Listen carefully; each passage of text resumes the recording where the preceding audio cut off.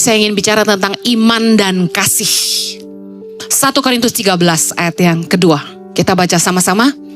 Sekalipun aku mempunyai karunia untuk bernubuat dan aku mengetahui segala rahasia dan memiliki seluruh pengetahuan, dan sekalipun aku memiliki iman yang sempurna untuk memindahkan gunung, tetapi jika aku tidak mempunyai kasih, aku sama sekali tidak berguna. Luar biasa. Yang percaya firman Tuhan katakan amin.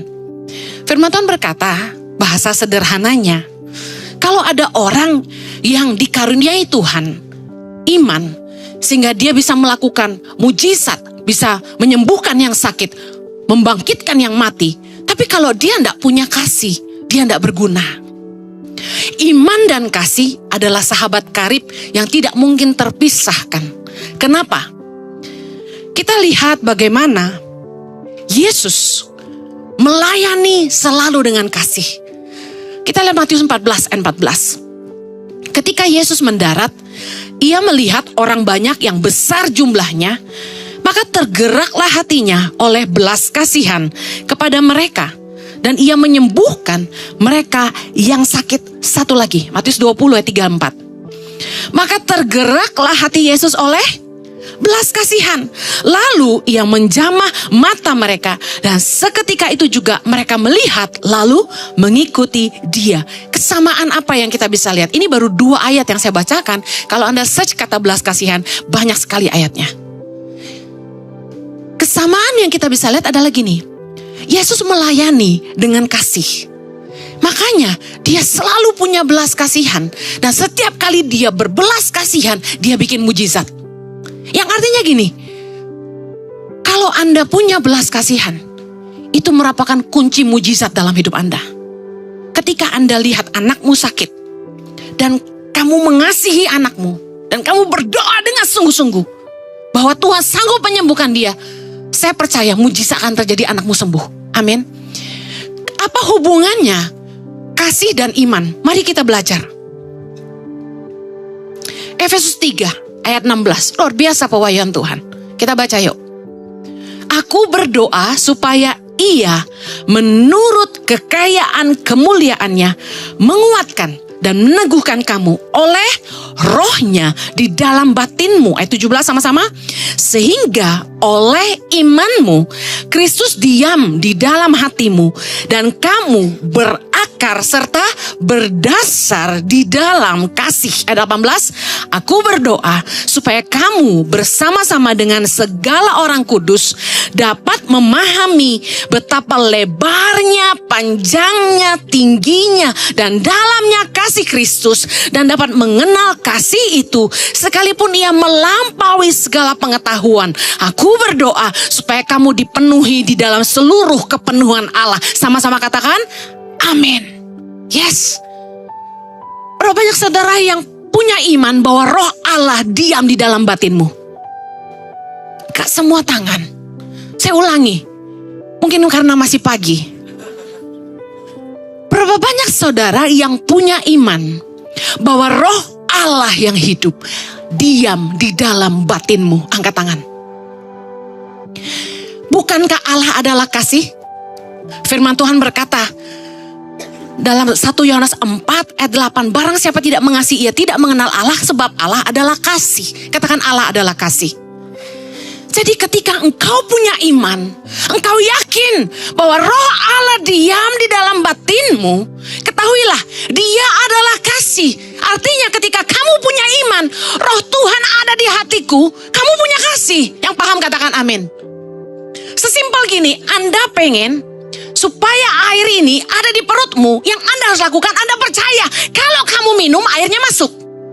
Saya gak akan praktek kayak Pak Jojo karena nanti lipstik saya hilang. Anda paham maksud saya? Anda lihat cumi-cumi, Anda percaya, aku percaya cumi-cumi ini akan ada di perutku. Apa yang Anda harus lakukan? Makan. Jadi Anda harus meyakini bahwa ketika Anda punya iman, roh Allah diam di dalam aku. Firman Tuhan berkata, tidakkah kamu tahu bahwa tubuhmu adalah bait Roh Kudus, bait Allah. Kamu percaya bahwa Roh Allah tinggal di dalam kamu. Bahkan di dalam 2 Timotius 1:14 dikatakan gini, peliharalah harta yang indah yang telah dipercayakannya kepada kita oleh Roh Kudus yang diam di dalam kita. Katakan, Roh Kudus diam di dalam saya. Allah adalah kasih, dan ketika Roh-Nya tinggal di dalam kita, kita punya kasih. Katakan amin. Ingat waktu Yesus ketemu sama perempuan Samaria, Yesus bilang apa? Aku akan memberi kamu minum dan kamu gak akan haus lagi. Why? Karena ketika kita punya Roh Allah di dalam hati kita, bukankah kita merasa kita utuh? Hati kita gak hampa lagi? Hati kita gak kosong lagi? Dulu waktu saya masih belum kenal Tuhan, saya pacaran ganti-ganti. Kenapa tau gak? Kurang tati tayang. Saya kalau gak punya pacar tuh, saya ngerasa kesepian. Berapa banyak di sini yang suka merasa kesepian? Berapa banyak di sini yang hatinya pernah merasa hampa, kosong? Tapi ketika kita menerima Tuhan Yesus sebagai Tuhan dan Juru Selamat, dan Dia mengaruniakan Roh-Nya yang kudus dalam batin kita, apa yang immediately kita rasakan? Damai.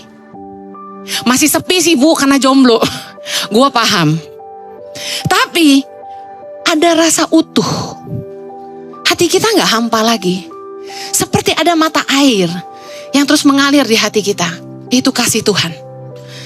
Benar-benar sebagai manusia, gak mungkin, mustahil, bohong kalau kita bisa mengasihi orang yang kita gak suka. Bener gak? Kita lihat baby deh. Kalau cabi, lucu, imut-imut, suka joget, wih, gak usah diperintahkan, kita langsung, ih lucunya, gue cium lu, gue gigit lu gitu kan. Bener gak? Jangan jahat sama anak orang. Nanti kamu punya anak, anakmu digigit juga. Nah, anak kalau cakep, lucu, bersih, kita gemes, benar? Tapi kalau bayinya ingus, meleleh, ijo-ijo, terus dia jilat, dekil and kumel, rambut berantakan, kutuan, jarinya kudisan, kurapan, panu di muka banyak banget, bau lagi kayaknya gak mandi, bajunya hitam, bolong-bolong. Anda bisa sayang? Impossible. Karena manusia melihat dengan mata, kita gak lihat hati. Kalau bukan karena kasih Tuhan, gak mungkin saya nih bisa sayang sama anak-anak pedalaman. Saya percaya karena Roh Allah di dalam saya yang memampukan saya mengasihi mereka. Dan saya percaya waktu suami istri kita begitu nyebelin, sampai rasanya I love you, but sometimes I hate you. Gitu kan? Bener gak ibu-ibu? Bohong kalau enggak. Karena kadang-kadang se-cute-cute-nya Jojo nyebelin juga kadang-kadang. Nah, tapi kasih Tuhan memampukan kita untuk jatuh kasihan. Sudahlah, namanya juga manusia. Kita kasihan gitu loh. Karena ada kasih Tuhan, makanya pernikahan butuh Kristus ada di antara kita. Tali 3 lembar tidak mudah diputuskan, kata firman Tuhan. Amin. Karena iman kepada Allah, bahwa Dia ada di dalam hati kita, itu yang memampukan kita punya kasih. Kata firman Tuhan, kita akan berakar dan berdasar di dalam kasih. Karena iman, Kristus diam di dalam kamu, kamu akan berakar dan berdasar di dalam kasih. Make sense? Karena iman kita percaya Roh Allah diam di dalam kita, udah pasti. Karena Dia kasih, kita punya kasih. 1 Yohanes 4 ayat 20. Baca sama-sama. Jikalau seorang berkata, aku mengasihi Allah, dan ia membenci saudaranya, maka ia adalah pendusta. Karena barang siapa tidak mengasihi saudaranya yang dilihatnya, tidak mungkin mengasihi Allah yang tidak dilihatnya. Iman dibuktikan. Ketika kita mampu mengasihi Allah yang tidak kelihatan, kita pasti bisa mengasihi sesama yang kelihatan. Bohong kata firman Tuhan, kalau kamu bilang kamu mengasihi aku yang tidak kamu lihat, kalau kamu gak bisa mengasihi sesamamu yang bisa kamu lihat. Butuh iman untuk bisa mengasihi Allah, karena kita gak bisa lihat Dia. Yang mengerti katakan amin. Matius 18 ayat 5, Yesus berkata gini, Dan barang siapa menyambut seorang anak seperti ini di dalam namaku, ia menyambut aku. Ayat ini pernah jadi rema dalam hidup saya. Waktu saya ke NTT, ke pedalaman, seperti yang saya ceritakan tadi. Anak-anak di pedalaman, I don't know why, ingusnya meler semua. Jadi saya selalu ngantongin tisu, karena saya harus bersihin hidung mereka. Karena kalau saya nggak bersihin, waktu mereka peluk saya, ingusnya nempel di rambut saya. Dan mereka kutuan. Nah, saya selalu berdoa, Tuhan tolong jangan kutunya lompat ke kepala saya, karena kutu lompat katanya. Tiap kali saya ke pedalaman, anak-anak tuh nggak mandi. Jujur saya sedih ya. Kenapa ya daerah-daerah Kristen itu yang notabene gereja banyak, itu anak-anak dekil-dekil loh. Kayak nggak diurus gitu loh. Bajunya jelek nggak ada yang ganti. Jadi setiap kali saya ke pedalaman tuh, saya sedih gitu lihat mereka. Bukan cuma dekil, saya ingat bajunya robek-robek gitu. Bahkan gak pakai sepatu, pakai pun nganga kayak buaya. Jarinya hitam-hitam, kotor kukunya. Mukanya belepotan, cemong-cemong, hidungnya tuh ingus naik turun. Aduh, gue gemes banget deh, gue mandiin juga loh gitu kan. Emaknya mana sih nih? Dan rata-rata gak ada mama. Gak punya mama, mamanya jadi pembantu rumah tangga, jadi TKI. Anaknya dititipin ke mama besar, papa besar, mama kecil, papa kecil, itu sebutan tante dan om. Kalau besar berarti lebih tua, kecil lebih muda. Dititip ke neneknya, ke kakeknya, yang kerjaannya pukulin dia. Kasihan gak diurus. Saya pernah di pedalaman NTT ya. Saya diceritain sama pendeta lokal, ada anak yang dititipin sama papa besar. Nah, papa besarnya itu istrinya kan ya nggak ada hubungan darah. Anak ini lapar, tahu nggak? Mama, saya lapar. Dia kasih apa tau nggak? Sutil panas masukin mulut. Saya kasihan banget. Suruh jejekin, suruh makan tanah. Kadang-kadang orang tuh bisa kejem banget karena nggak punya kasih dalam hatinya. Firman Tuhan berkata, kalau kamu menyambut seorang anak seperti ini dalam namaku, kamu menyambut aku. Ayat ini jadi rema buat saya. Makanya waktu saya ke pedalaman, saya tuh peluk mereka sambil nangis karena saya membayangkan saya sedang peluk Yesus. Karena firman Tuhan berkata, barang siapa menyambut seorang anak demi namaku, seperti ini dalam namaku, ia menyambut aku. Anda ingin menyambut Kristus? Sambutlah anak-anak yang membutuhkan kasih sayangmu. Makanya guru-guru sekolah minggu harus punya hati buat anak-anak. Fokusnya gini, dia melayani anak ini, dia sedang melayani Kristus. Amen. Tiap kali saya peluk anak-anak itu, saya selalu bilang, aku lagi peluk Yesus. Aku lagi peluk Yesus nih. Makanya saya gak pusing tuh, hidungnya meler, bau, kudisan, kurap. Dijamin saya bersih, gak ada kurap. Tuhan melindungi saya karena kasihnya luar biasa.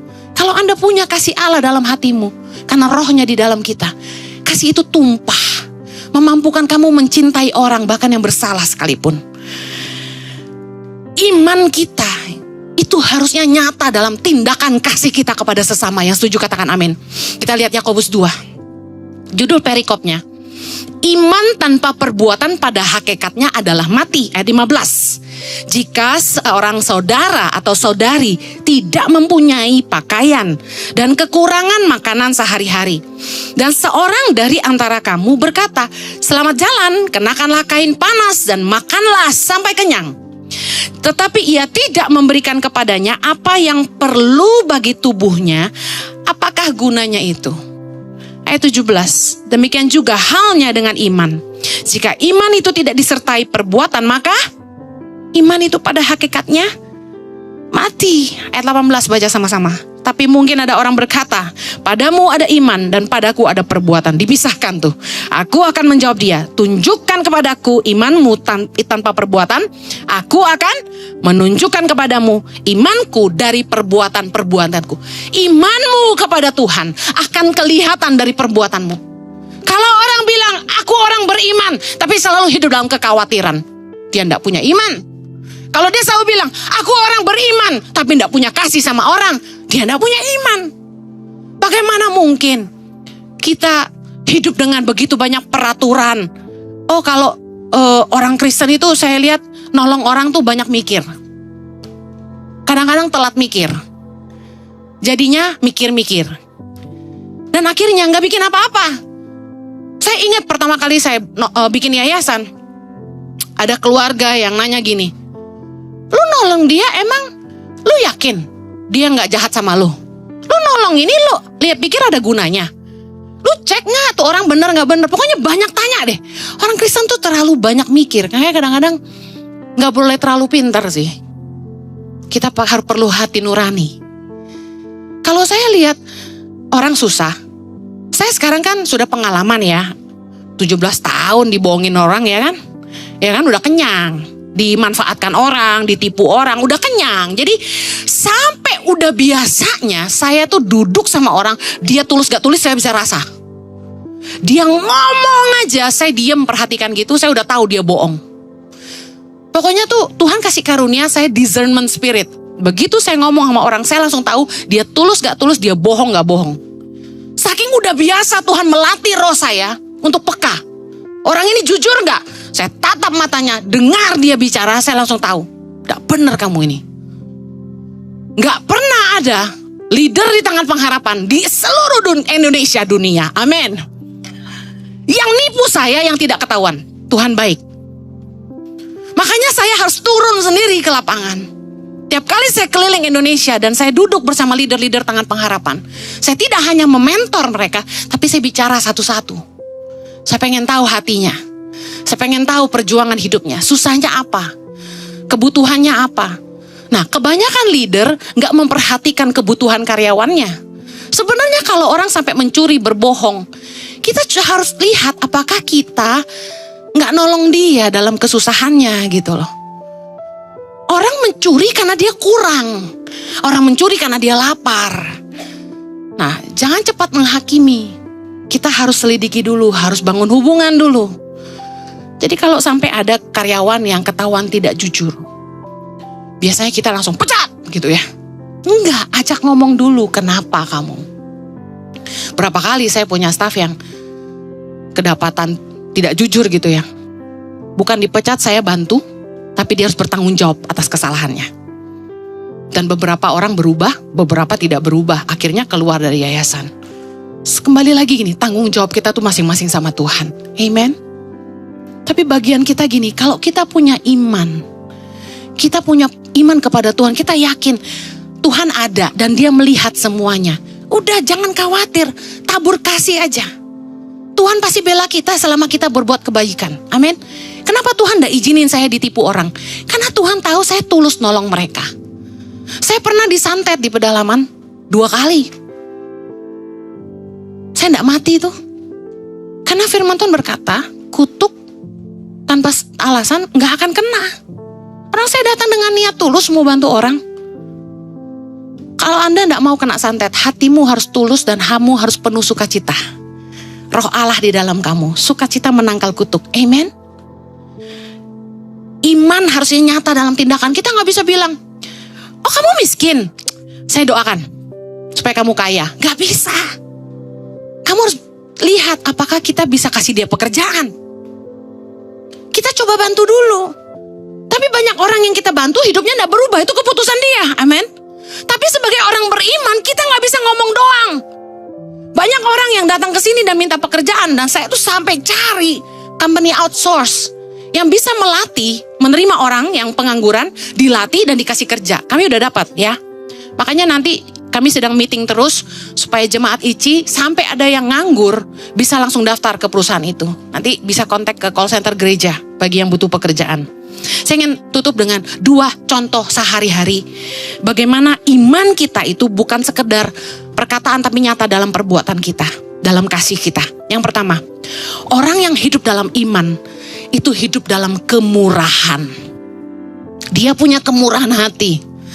Matius 5 ayat 7, Yesus berkata gini, berbahagialah orang yang murah hatinya, karena mereka akan beroleh kemurahan. Matius 5 ayat 7. Berapa banyak saudara yang percaya kalau Anda murah hati, Anda juga akan beroleh kemurahan dari Tuhan. Itu iman. Dari siapa Anda beroleh kemurahan? Bisa paham? Kenapa kita murah hati? Karena firman Tuhan berkata, berbahagialah orang yang murah hatinya, karena mereka akan beroleh kemurahan. Beroleh kemurahan dari siapa? Beroleh kemurahan dari Tuhan.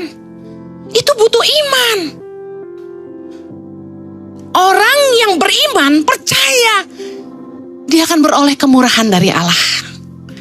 Orang yang murah hati itu definisinya dua. Yang pertama, suka berbagi. Katakan suka berbagi. Tahukah Anda bahwa tindakan kasih itu butuh iman? Saya kasih contoh. Kadang waktu kita tuh mau menolong orang, kita sendiri juga kurang. Kadang ketika kita memberi, bukan karena kita punya lebih, tapi karena kita percaya ketika kita memberi, kita juga akan diberi. Kita nabur bukan karena kita berlimpah, tapi karena kita punya cinta. Lukas 6 ayat 38, Yesus berkata, berilah dan kamu akan diberi. Suatu takaran yang baik, yang dipadatkan, yang digoncang, dan yang tumpah keluar akan dicurahkan ke dalam ribaanmu. Sebab ukuran yang kamu pakai untuk mengukur akan diukurkan kepadamu. Saudara harus mengerti bahwa ketika kita memberi, itu bukan urusan Anda kaya, melimpah, enggak. Itu dibutuhkan keluasan hati. Mungkin rumah Anda kecil, tapi hati Anda luas. Anda nampung saudaramu, tidur numpuk satu kamar, nggak apa-apa, tapi itu sebenarnya mengganggu loh. Rumah udah kecil, penuh orang lagi, itu butuh hati yang luas untuk memberi tumpangan. Dan firman Tuhan berkata, kita harus suka memberi tumpangan. Ketika kita memberi, sama adik kita, nolong keponakan kita, nolong orang tua kita. Orang tua udah mulai tua, udah nggak kerja. Sebagai anak yang sudah nikah, punya anak, sebenarnya saya paham, saya juga ngalamin. Kita juga pas-pasan. Kita juga punya cicilan bulanan. Tapi sebagai anak, kita mau taat firman Tuhan. Bahwa mengurus keluarga sendiri adalah ibadah yang berkenan kepada Allah. Bahwa sebagai anak, kita harus membalas budi orang tua kita dan nenek kakek kita. Nah, kita memberi bukan karena kita punya lebih. Tapi karena kita punya iman. Orang yang menabur pasti menuai. Amin. Waktu satu kali, jadi saya tuh kan hamba Tuhan. Hamba Tuhan kan uangnya nggak selalu nggak tetap income-nya. Tapi Tuhan kayak ingetin saya, kamu belum kasih mamamu loh bulan ini gitu. Aduh, percayalah, berat banget karena ngepas banget. Nah, saya taat sama pimpinan Roh Kudus, saya transfer ke mama saya. Udahlah, saya percaya Tuhan pasti pelihara saya. Itu butuh iman. Nabur butuh iman. Mengasihi orang tua butuh iman. Kalau Anda gak punya iman, Anda akan mikir terus, duh, buat keluarga gue juga gak cukup. Tapi tahu gak apa yang saya alamin? Tiba-tiba di hari yang sama, ada teman transfer ke rekening saya. Jumlahnya sama persis yang saya transfer ke mama saya. Saya sampai geleng-geleng. Tuhan ini bercanda. Tuhan tuh sebenarnya gak butuh duit kita. Tuhan butuh ketaatan kita. Waktu kita nabur, ternyata Tuhan udah siapin gantinya. Tuhan cuma mau lihat, kamu nabur gak? Saya bercanda, saya bilang Tuhan, saya bercanda, Tuhan kok gak ada lebihnya, kan naburnya segini harusnya nerima lebih ya. Nah kan kita manusia suka gitu kan. Tapi jujur, udah banyak lebihnya Tuhan kasih, kita aja yang gak ngitung. Tapi saya lihat, Tuhan cuma nguji ketaatan saya, apakah saya mengasihi Tuhan dan mengasihi mama saya. Berkali-kali saya ngalamin. Waktu saya pengen nabur buat staff, buat tim ICI, buat tim Yayasan Tangan Pengharapan.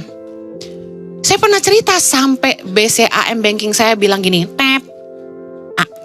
tidak bisa transfer gagal, saldo tidak mencukupi. Habis duit gua. Tapi saya percaya penyertaan Allah.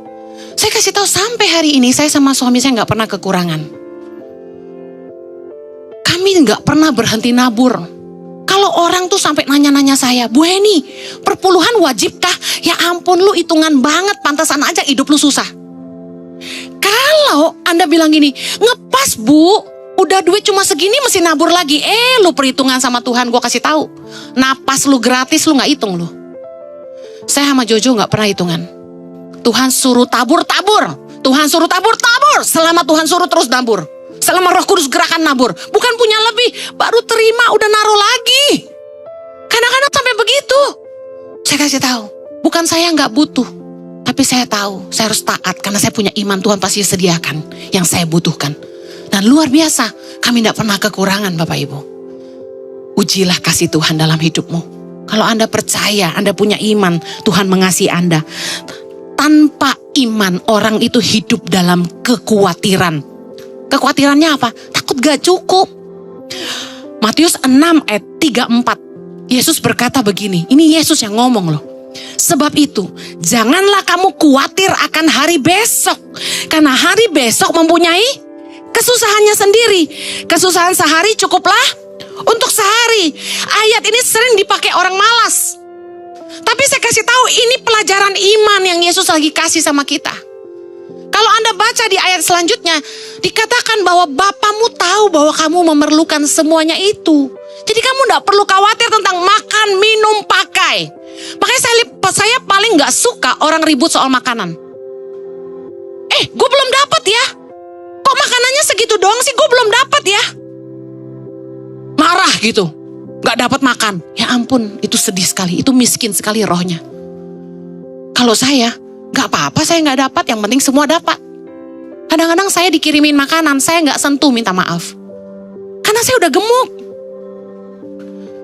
Kalau saya rakus, saya gembrot. Setiap kali saya dikasih makanan, ada juga saya potong kecil, saya cobain. Saya bilang thank you sama orangnya, saya kasih suami saya, bagi anak saya tuh saya kasih ke semua. Kami ngambil sedikit aja karena anak saya juga diet. Ayo, suka berbagilah. Karena kalau Anda punya iman, Anda tidak khawatir akan hari besok. Orang yang selalu khawatir tidak cukup akan jadi orang pelit. Uji Tuhan dalam hidupmu. Dia setia dan dia menyediakan semua yang kau butuhkan. Amen. Contoh lagi iman dan kasih. Orang yang punya kemurahan hati, yang pertama tadi suka berbagi, yang kedua mudah mengampuni. Untuk bisa cepat mengampuni orang itu butuh kemurahan hati. Anda kalau murah hati, Anda gak pendendam, Anda gak simpen kesalahan orang. Saya kasih tahu, orang yang murah hati sehat. Karena hatinya gak pahit. Hati yang pahit itu sumber penyakit. Karena pahit dia stres. Stres sakit, ngapain? Hati yang gembira adalah obat yang manjur, kata firman Tuhan. Jangan pahit, rugi, makan dalam. Yang suka nyimpen-nyimpen tuh, kalau dendam sama suami disimpen. Dendam sama temen, dendam sama keluarga disimpen. Saya kasih tahu, buang. Duit lu simpen, benci lu jangan. Buang. Amen. Orang tanya saya, Bu Heni dendam gak sama papa mama Bu Heni? Enggak tuh. Hati gue free banget. Enteng banget. Saya nih, orang salah sama saya tuh banyak. Saya juga salah banyak sama orang. Saya percaya Tuhan itu mau kita murah hati. Dia aja mengampuni kita, emang kita gak sebanyak salah? Kalau Tuhan aja mengampuni, masa kita gak ngampuni? Amin. Kalau Anda murah hati, Anda juga akan beroleh kemurahan. Saya mau diampuni, makanya saya selalu mengampuni. Lukas 6 ayat 27. Tetapi kepada kamu yang mendengarkan aku, Yesus berkata, kasihilah musuhmu. Berbuatlah baik kepada orang yang membenci kamu.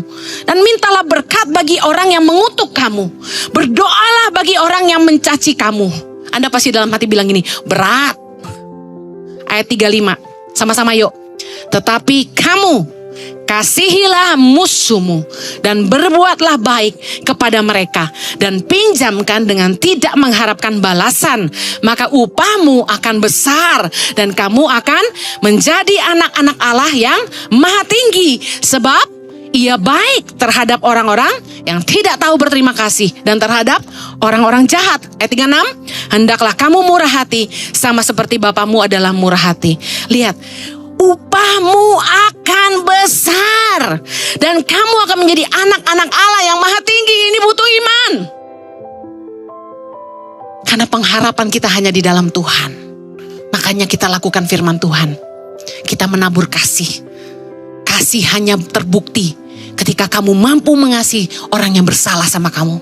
Orang yang gak baik sama kamu. Orang yang mencelakakan kamu. Saya bersyukur Tuhan itu selalu memampukan kami mengampuni orang-orang yang bersalah Karena saya selalu ingat dalam Lukas 23 ayat 34 ketika Yesus tergantung di atas kayu salib dengan segala kekecewaan dan pemberontakan dan pengkhianatan yang dia terima. Dan tidak ada yang bela dia di atas kayu salib. Dia mampu berkata, Bapa, ampunilah mereka karena mereka tidak tahu apa yang mereka perbuat. Saya kasih tahu, itu teladan yang seumur hidup kita harus simpan di hati kita. Kalau segitu banyak kesalahan, penghinaan, pengkhianatan yang dia alami, dia masih sanggup mengampuni. Masakan kita tidak? Yang mengerti katakan amin. Yang terakhir, orang yang hidup dalam iman itu pasti hidup dalam kebajikan. 2 Petrus 1, kita lihat sama-sama firman Tuhan, ayat yang kelima. Justru karena itu, kamu harus dengan sungguh-sungguh berusaha. Wow, udah kata sungguh-sungguh, berusaha lagi. Baca sama-sama. Untuk menambahkan kepada imanmu apa? Kebajikan. Dan kepada kebajikan pengetahuan. Ayat 6. Dan kepada pengetahuan penguasaan diri. Kepada penguasaan diri ketekunan. Dan kepada ketekunan kesalehan. Dan kepada kesalehan kasih akan saudara-saudara. Dan kepada kasih akan saudara, kasih akan semua orang. Wow, levelnya paling tinggi kasih. Kasihnya itu pertama kepada saudara seiman, yang paling tinggi kasih kepada semua orang. Makanya Tuhan kasih saya ayat Galatia 6 itu. Berbuat baik kepada kawan-kawan kita seiman, terutama, tapi kepada semua orang. Saya percaya bahwa kalau kita punya iman, kita mampu berbuat baik sama semua orang. Karena Tuhan Yesus adalah sosok kebaikan bagi dunia. Bagaimana Anda mau menceritakan kasih Tuhan kepada orang kalau Anda sendiri tidak baik? Ibrani 13 ayat 16. Dan janganlah kamu lupa berbuat baik dan memberi bantuan. Kenapa? Sebab korban-korban yang demikianlah yang berkenan kepada Allah. Anda ingin memberikan korban yang berkenan kepada Allah? Orang-orang yang beriman pasti fokusnya gini. Bagaimana hidupnya berkenan kepada Allah? Orang yang beriman pasti akan selalu bertanya, apa yang dia bisa lakukan untuk menyenangkan hati Tuhan. Dan yang menyenangkan hati Tuhan, korban yang harum yang berkenan kepada Tuhan, salah satunya adalah ketika kita berbuat baik. Ketika kita peduli orang lain. Amsal 19 ayat 17 berkata, siapa menaruh belas kasihan kepada orang lemah, memiutangi Tuhan yang akan membalas perbuatannya itu. Wow, ini iman yang keren. Ketika kita naruh belas kasihan buat orang lemah, kita percaya yang balas bukan mereka, yang balas Tuhan. Itu iman. Orang kalau gak punya iman gak akan baik sama orang. Orang yang gak punya iman akan ngomong gini, gak ada urusan lu sama gue, lu susah salah lu sendiri. Tapi orang yang punya iman percaya firman Tuhan, bahwa ketika aku menaruh belas kasihan kepada orang lemah, aku memiutangi Tuhan yang pasti akan membalasnya. Katakan amin. Orang yang baik peduli sama keluarganya. Tadi saya sudah ngomong 1 Timotius 5 ayat 4. Tapi jikalau seorang janda mempunyai anak atau cucu, hendaknya mereka itu pertama-tama belajar berbakti kepada kaum keluarganya sendiri. Pelayanan dimulai dari mana? Katakan keluarga. Membalas budi orang tua dan nenek mereka. Harusnya kakek nenek, terjemahan Indonesia salah. Karena itulah yang berkenan kepada Allah. Sekali lagi, apa yang berkenan kepada Allah? Ketika kita mengurus orang tua kita, mengurus kakek nenek kita, kita pelihara keluarga kita, jadi berkat buat kaum keluarga kita. Apakah Anda peduli sama adikmu, sama kakakmu, keponakanmu, orang tuamu? Kalau Anda lebih diberkati dalam keuangan, jangan diam. Jangan tidak peduli. Saya lihat banyak orang yang kaya tapi tidak peduli sama orang tua, tidak peduli sama adik kakaknya. Adiknya susah, dihina. Kita tidak boleh gitu. Kalau kita punya kasih, kita harus peduli. Anda peduli, buktikan keluarga nomor 1. Anda nabur buat gereja, nabur buat NTT, nabur buat Papua. Yang kelihatan depan mata, pembantumu aja kamu gaji kecil sekali. Anda pengen orang miskin di Indonesia berkurang kemiskinannya? Pengen tak berkontribusi? Mau nggak? Gaji pembantumu dengan benar. Jangan kecil. Masih 800.000 gaji pembantu hari gini. Masih 1,5 juta. Yang benar aja. Mereka nyekolahin adik. Mereka perlu ngasih makan orang tua. Orang tua rumahnya tuh udah mau roboh. Anda bangunin nggak? Kita omong kosong, makan di restoran bayar 1, 2 juta, 3 juta, 4 juta. Orang tidur kehujanan, kita tidak peduli. Kita bilang kita punya iman, kita punya kasih. Mari, gereja Tuhan bangkit. Mari jadi seperti Yesus. Kisah Rasul 10:38 berkata, yaitu tentang Yesus dari Nazaret, bagaimana Allah mengurapi dia dengan Roh Kudus dan kuat kuasa. Dia yang berjalan berkeliling sambil berbuat baik. Wow. Dan menyembuhkan. Keren gak sih? Anda berjalan berkeliling sambil berbuat baik gak? Atau berbuat yang baik-baik? Ayo, umat Tuhan, nyatakan imanmu dalam kasihmu. Orang yang beriman percaya bahwa ada upah yang menanti dia di kekekalan. Yang percaya katakan amin. Yohanes 5:29 ayat terakhir ya saya. Sama-sama yuk kita lihat Yesus bilang apa. Dan mereka yang telah berbuat baik akan keluar dan bangkit untuk hidup yang kekal. Tetapi mereka yang telah berbuat jahat akan bangkit untuk dihukum. Anda punya iman gak? Bahwa ketika Anda berbuat baik, Anda berbuat kasih kepada orang-orang, imanmu satu, upah menantimu di kekekalan. Makanya orang suka bilang sama saya, Bu Heni, rumah Bu Heni gede di sorga. Saya katakan amen. Saya bangun rumah gak sanggup pakai marmer, kemahalan. Tapi saya percaya di sorga nanti rumah saya dari berlian. Mari tabur kebaikan. Jangan tahan-tahan kasih Tuhan. Kalau engkau punya iman, roh Allah diam di dalam kamu. Allah adalah kasih dan izinkan kasih itu mengalir dalam hidupmu. Tunjukkan kemurahan dan lakukan kebaikan. Yang mau katakan amin.